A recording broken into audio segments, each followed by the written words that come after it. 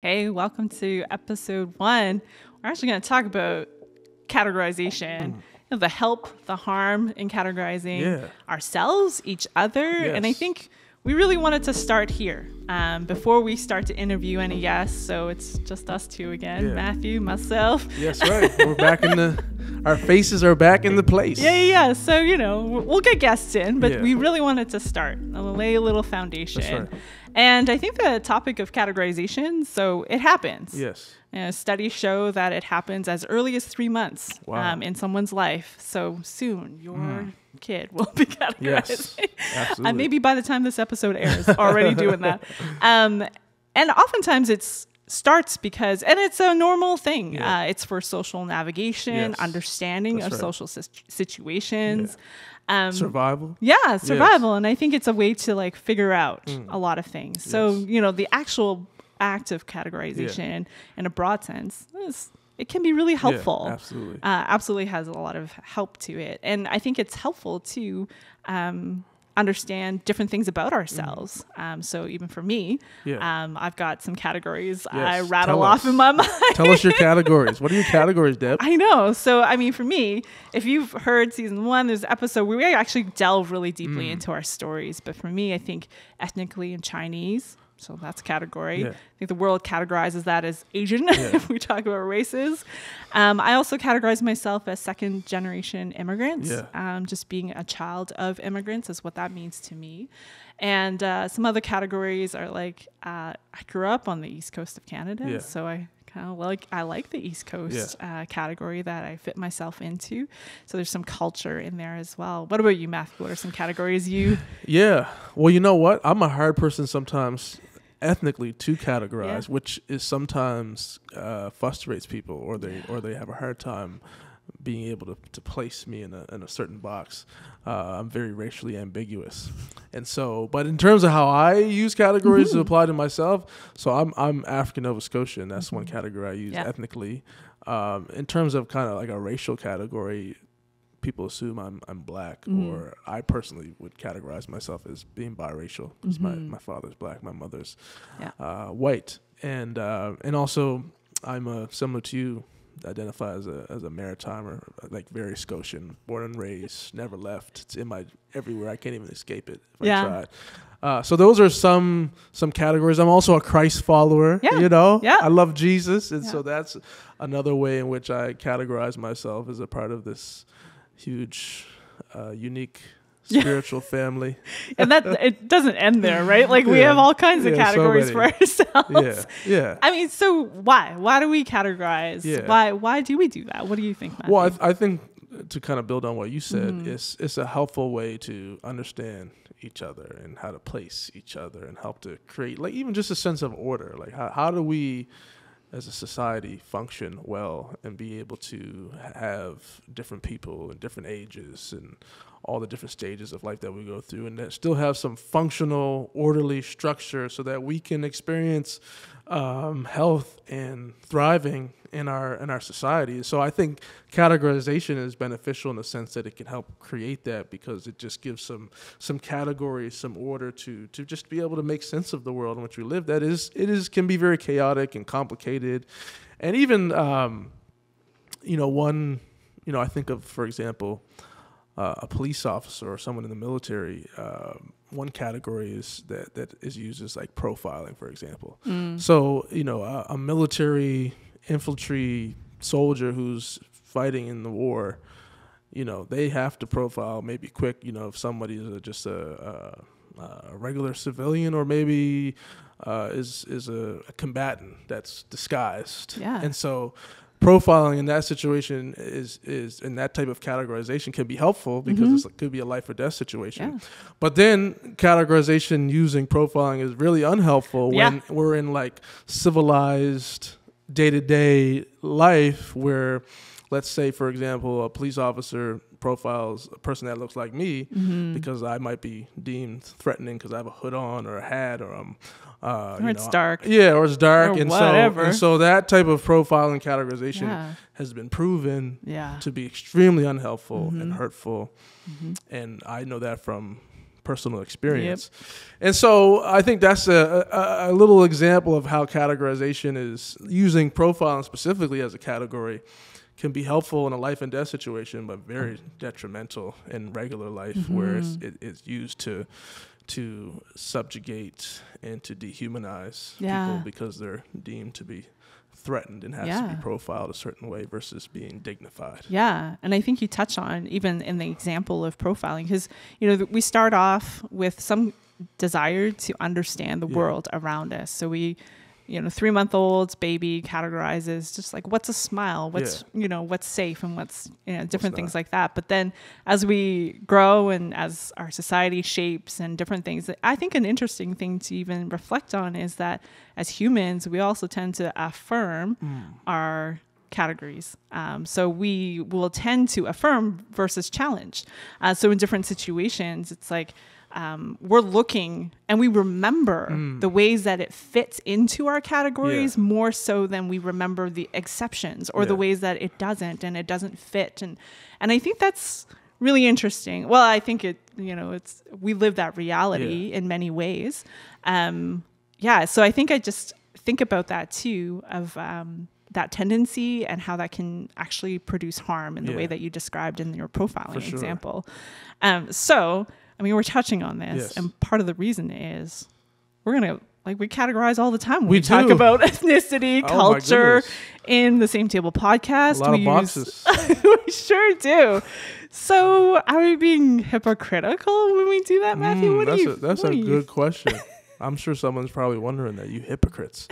No, I think there is a way in which categorization is helpful. I'll give you an example. So I worked in the justice system. Yep.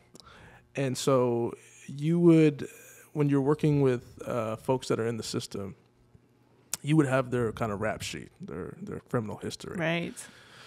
And that's helpful in a sense that it gives you background, gives you context to their, past criminal dealings.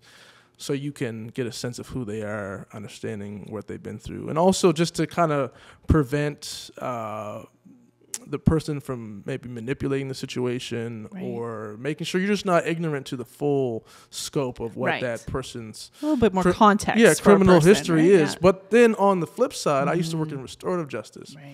And in that process, we weren't given access to people's rap sheets or criminal history because we wanted to build a relationship based on who they were and how we deal with them in that moment versus because when you get that information, it's now creating a perception. Yep. And now you're starting to profile, to assume, to prejudge, and all these things start to happen.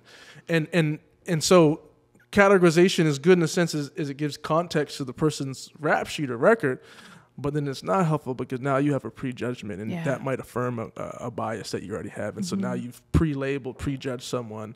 And it can interfere with sincere rapport building and relationship building that ultimately I think is at the core of what categorization is trying to cultivate, or where categorization could be harmful and start to break down those relationships. Right. So I think we're not trying to be hypocritical. We just want to show where it's helpful. Categories are helpful, but also where they can be harmful because they can do either or. Yeah. I think the example that you gave about the justice system, I think about one where an artist or like a bunch of artists, there's like maybe 5 painters that is introduced to one person, and they're supposed to paint a portrait of this person. But each artist is given a different like they are given instructions about this person, the story of this person, and one is told that this person is an ex-convict, and then another person is told this person is a doctor, and this, like everyone gets a different story. That's right. And it's fascinating to see the way that they paint the same person, given the context of who they think this person is.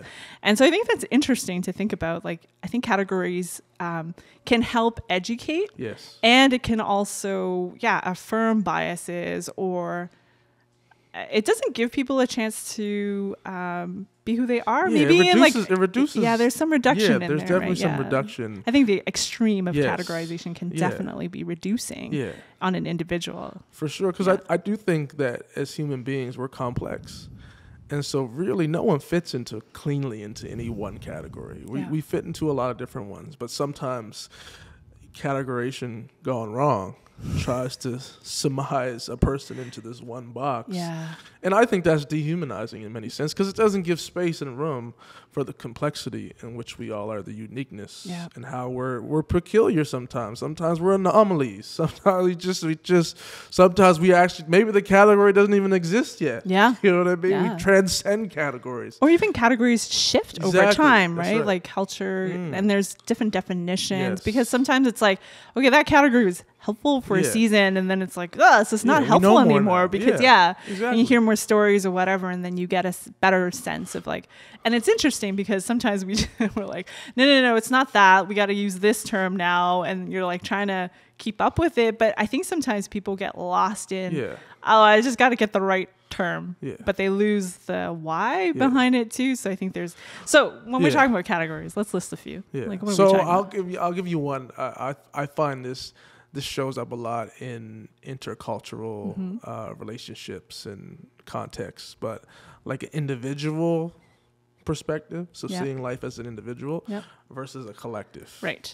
And so in my experience, but I think this is factual, Eurocentric culture tends to be more individualistic. So, it's kind of me, how do I benefit as me or my super strong in the Canadian my family, culture, which is I would say the dominant kind of view assumption, for sure. But then in a more indigenous lens, and when I use that word, I'm referring to actual, like in Nova Scotia, indigenous people of from the Mi'kma'ki community, and also African Nova Scotians. We would definitely look at life more of how do we as a collective kind of move forward. It's not just, how do I advance? How do we advance as a people? And some of that is also when you're a minority, your kind of survival is dependent on it. And so it forces you to look through things more of the collective impact versus just an individual.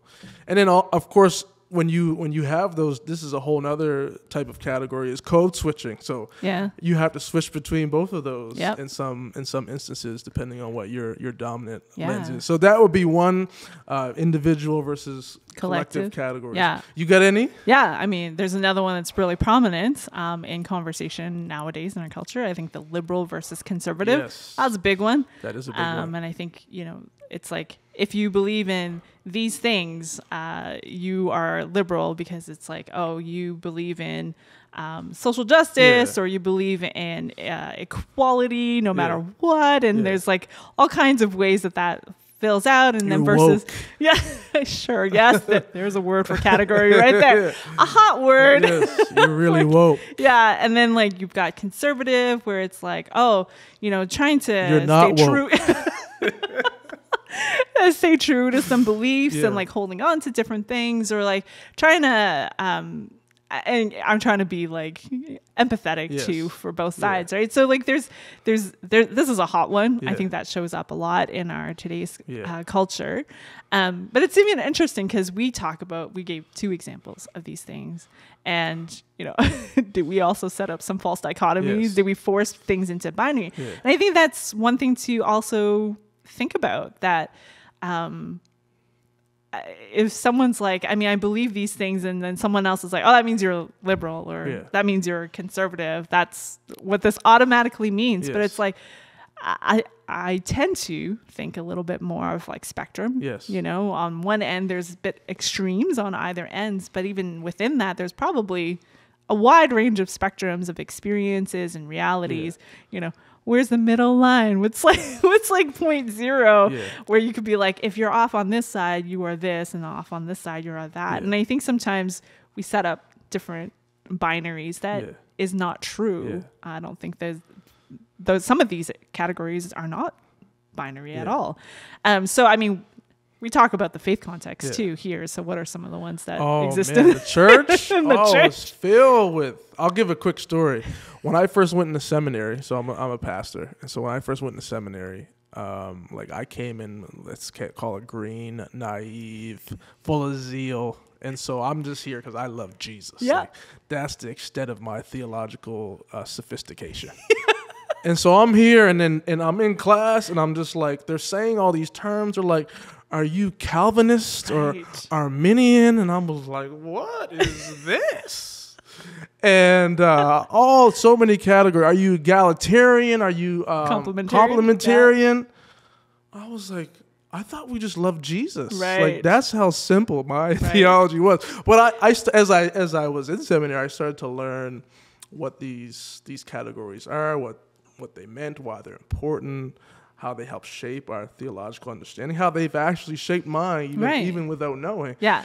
Because maybe you were one of those things, right? Yeah. But you were like, I just didn't know the word for it. But also, like, with so many of these categories, like, I don't, at least in my logical mind, conscious mind, I don't necessarily see my thinking or see the world through categories in that way. Like, I wouldn't say because I see this issue about scripture that I have an Arminian lens or a Calvin. I still don't even know I understand it. I just don't think that way. Right.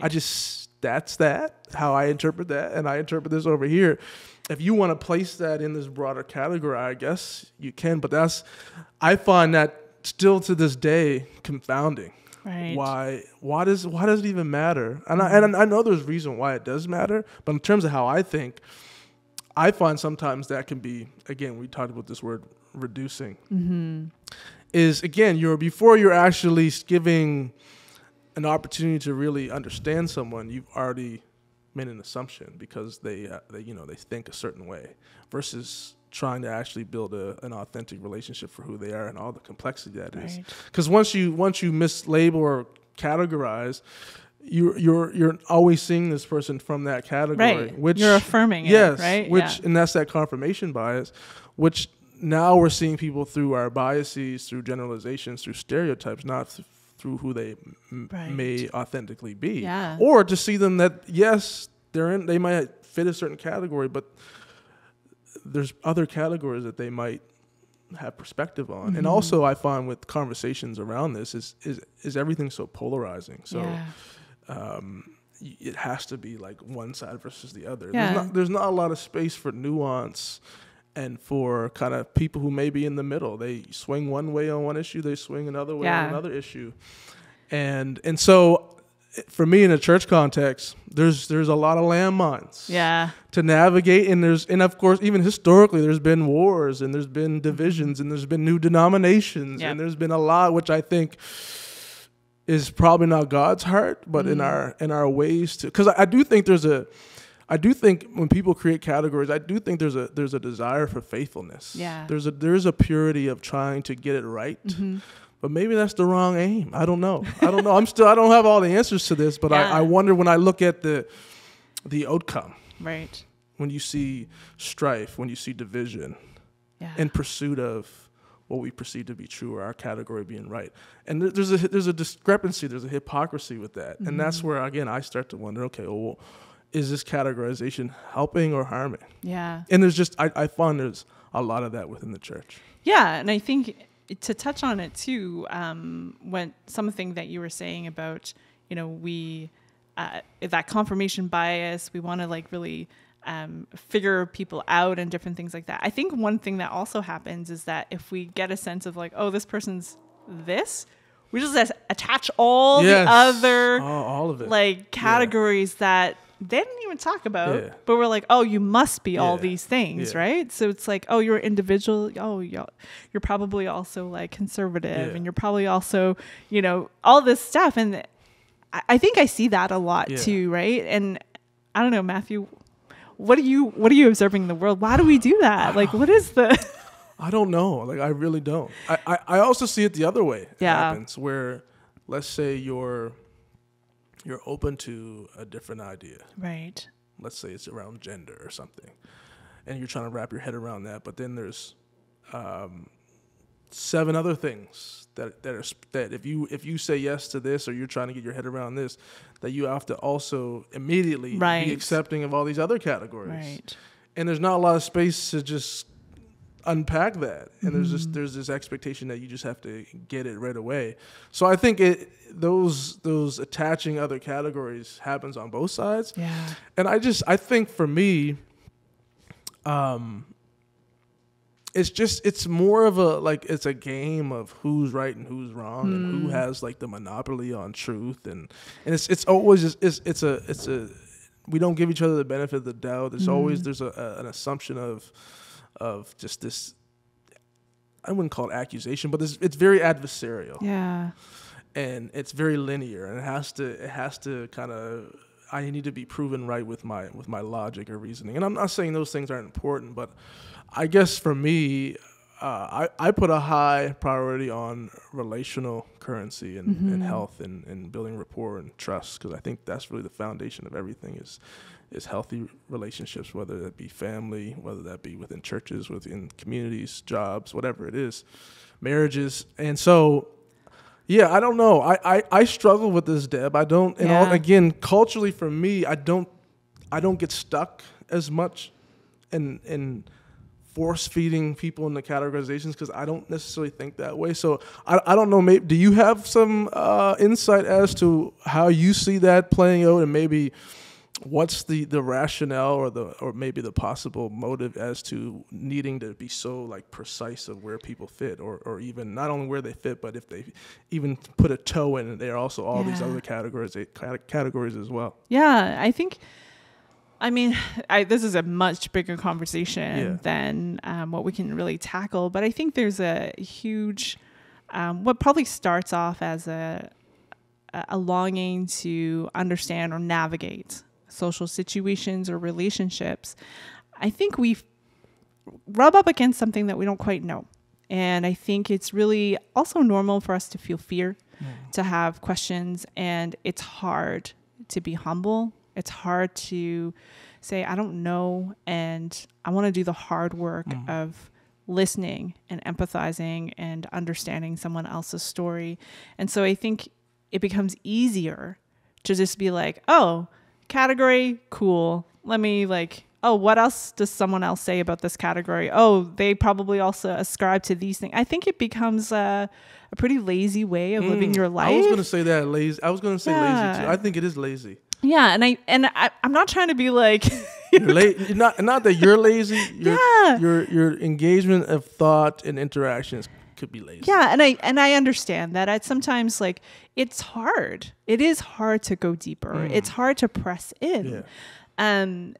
And yet I think we lose a lot if we don't. Yes. I think we lose a lot if we don't do that hard work of trying to figure out, well, how can I grow? How can I consider something maybe that I didn't know? And I think in this conversation, we've used the word reduction a bunch of times. And I think that is part of our culture today in polarization. It's a real obsession with reducing to get to like these narrow definitions of truth, or these narrow understandings of if I figure this one thing out, I'm good. Yeah. I don't think that's what God invites us to. I think there's something beautiful that God invites us to that is not reducing, that's actually opening up, that actually invites something bigger. I mean, Matthew, what do you think about, what is God inviting us to? Like, what is God's invitation? How does it address some of these issues? Yeah, I mean, it's an interesting question. I love what you said, that rather than reducing, that I think God's heart is dignifying. It's affirming the Imago Dei in everybody. I was thinking about this recently, like as followers of Jesus, as children of the Most High, like we can't get out of love. Like I've tried. Like I gotta love my neighbor. Of course, gotta love God. Even sometimes loving self is hard. And I gotta love my enemies and pray for them. Yeah. Like just everywhere I look, love is right there in my face. Can't stay nowhere else. I mean, again, but there's a blessing in that. There's something that God as creator knows a lot more than what my finite, broken mind or emotions feel. Yeah. But it's still challenging in our weaknesses to live out that invitation to love. But I think at its core, that's by pushing through the narrow box of categories. I think God invites us to start to explore the vastness of what love is and what it looks like. Mm-hmm. And it is sacrificial. You have to lay down your categories to enter someone else's, or to just try to explore how they are uniquely crafted. And there's a lot of vulnerability with that. Yeah. And there's a lot of insecurity with that, because it might start to disrupt my very neatly ordered way I see the world. And I think God's invitation is to be willing to be open-handed in the sense of expressing a loving posture towards someone else. And that doesn't mean that you have to throw away your categories or that you shouldn't stand on your convictions. I think that's one of the false dichotomies that is created, that to be loving means I have to affirm everything and just forego the convictions that I hold. And I don't think that's true at all. Yeah. I think you can hold your convictions, and I think you can also explore more of what and who somebody else is. And I think that is more real and descriptive of what the love of God is, and how we should, and what ultimately what God invites us to as we relate to one another. Yeah, and I think the opposite of reducing is actually to receive.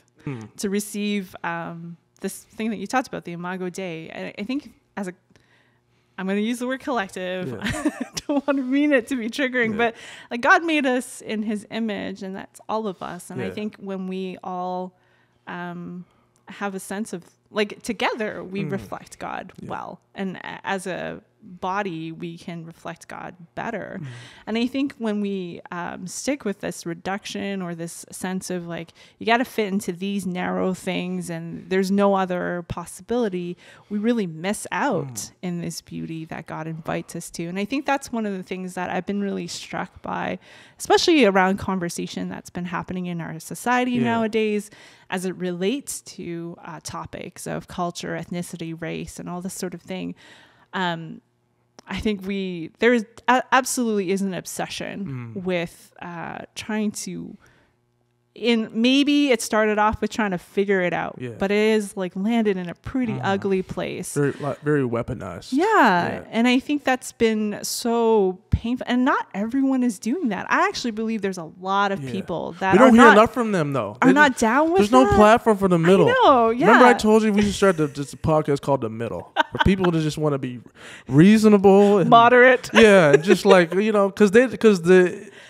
those, social media analytics. Oh, they're always on the extreme, right? Yeah, the extreme is what sells. Yeah. The extreme, the polarizing is what gets all the views. Yeah. And again, everyone's going to stare at the car crash. Right. No one's necessarily going to stare or be moved in terms of the mediocrity of the moderate. Yeah, but I think I would say most people are probably in the middle more, but there's just not a lot of platform to hear from them, and it doesn't really sell. It's not really provocative enough. In the middle, and wanting to learn. Yeah, I think that's the thing. Like, they want that, and I think the invitation to something beautiful, complex, nuanced, layered, that I think we even understand that as ourselves as people, that it's like, I'm not just second generation ethnically Chinese and female, or these different categories even that I use to describe myself. I am more than all of those things. And I know that about myself. So, I mean, if I were to take a little bit more active approach versus a lazy approach, I got to accept that that's true of you, Matthew. That's true of my neighbor, my friends, like everyone that's around me. Enemies. My enemies. Yes, absolutely. Yeah. Like I said, enemies. But yeah, it's true too. And I think it's easy to forget that. And it's easy to ignore that or willingly hide behind, I think, the extreme views. Yeah. And I think it's also easy to not want to wade into that. Yeah. Because especially in the temperature nowadays, I mean, it's scary. Yeah. And I think, even sometimes when I sit down in front of this podcast mic, I'm like, I'm a little nervous. 'Cause, I don't want people to be like, oh, she's just like this. And I was like, cancel. Yeah. I think there's a real fear of that out there, but let's do something different. let's go into the beauty. Well, even how often even with like meetings like this, often a person will get canceled is because of their soundbite.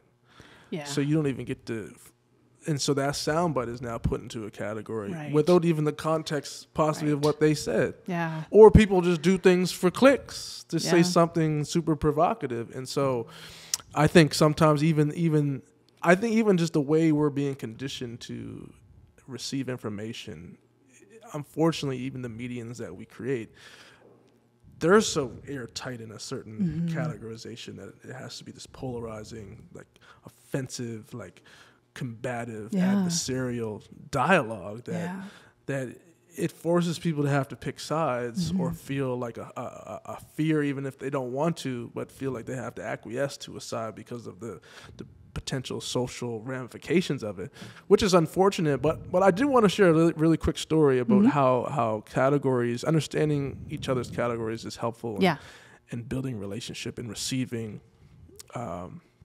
blessing from each other.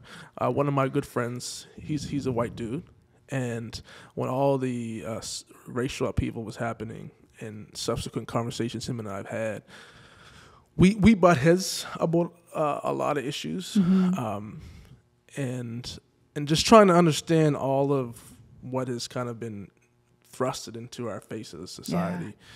And some of it was the tension was individual responsibility versus systemic and institutional challenges. And so as we're having more and more conversation, we started to explore these categories of individual and collective.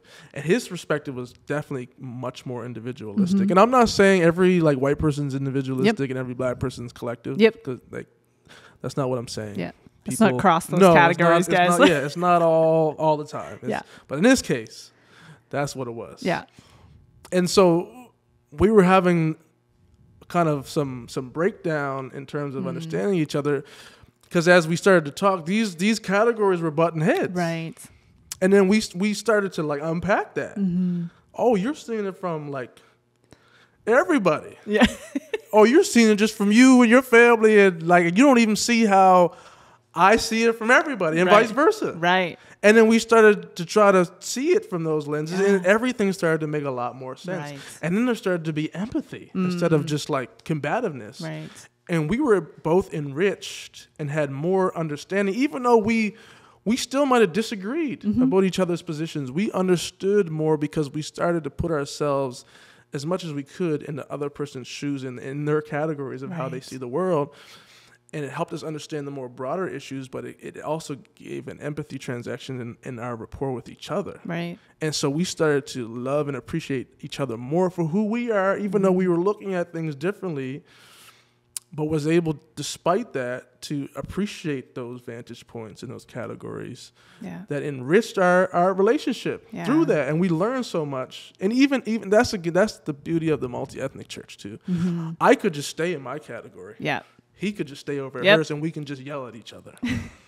Or just not talk. Or just not talk. Or just like avoid each other altogether. But because we have something in Christ that binds us, we now have a foundation to have respectful, healthy, at least we should. And in this case, we were able to start to work through these things where now we're enriched in terms of our relationship, but I think we have perspective of one another that we can even share in other conversations and relationships that we have. And so to me, that's a great example of how categories, when worked through well, can actually enhance and bless and help to, again, not even necessarily that you have to agree fully, but you can start to see from the other person's perspective a little bit more and start to apply that to how they're seeing, in this case, the racial upheaval in our society. Yeah.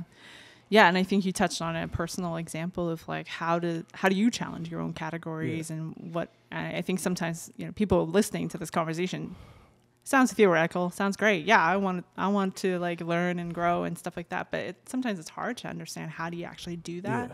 And I think one of the things that I've been chewing on for myself, taking it personal for me, is that in conversations with others, obviously, I think the empathy piece is really big. And for me, that shows up in listening really well.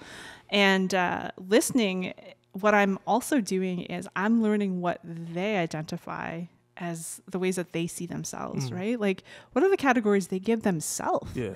And I think what it does for me is it helps me practice not putting them into my own categories, but I want to learn what they find helpful to describe or to say, like, this is who I am, or this is where I am in my journey, and this is how I'm growing and learning.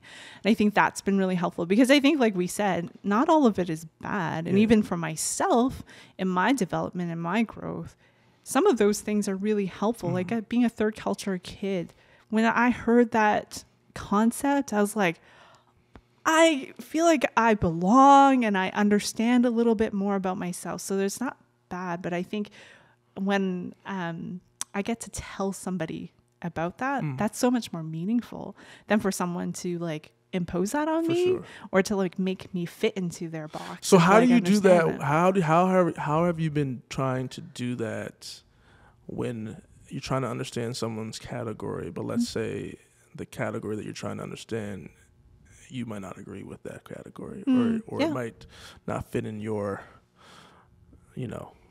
lens, or you just don't have that same level of understanding, or maybe could be something, maybe even theologically you disagree. Sure. How do you deal with that? Because I know a lot of people, they might even be asking that question right now. How do you be convicted in one area, but also listening and hearing how someone's that category that they're sharing from is opposes the conviction that you might hold. How do you wrestle with that?